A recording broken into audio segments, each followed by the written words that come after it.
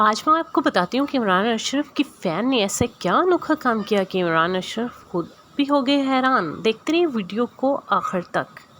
2011 में अपने फ़न का आगाज़ करने वाले इमरान अशरफ जो बहुत ही मशहूर ड्रामा रांझा रांझा कर दी में किरदार अदा किया। हाय हाय हाय मजे हाय हाय हाय हाय हाय हाय हाय मजे। इनके इस किरदार ने बना दिया सबको इनका दीवाना।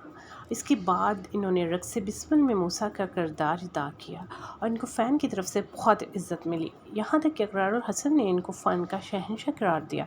इस किरदार में इनके साथ ज़ोहरा यानी सारा फलक हैं।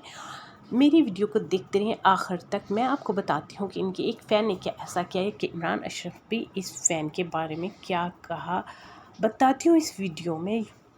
तो देखते रहिए मेरी वीडियो को पूरा। मेरे चैनल को कीजिएगा सब्सक्राइब और बेल के बटन को दबाना मत भूलिएगा ताकि आपको मिलते रहे हर वीडियो का नोटिफिकेशन वक्त पर। जी हाँ, जानते हैं रक्स बिस्मिल में मूसा का किरदार था।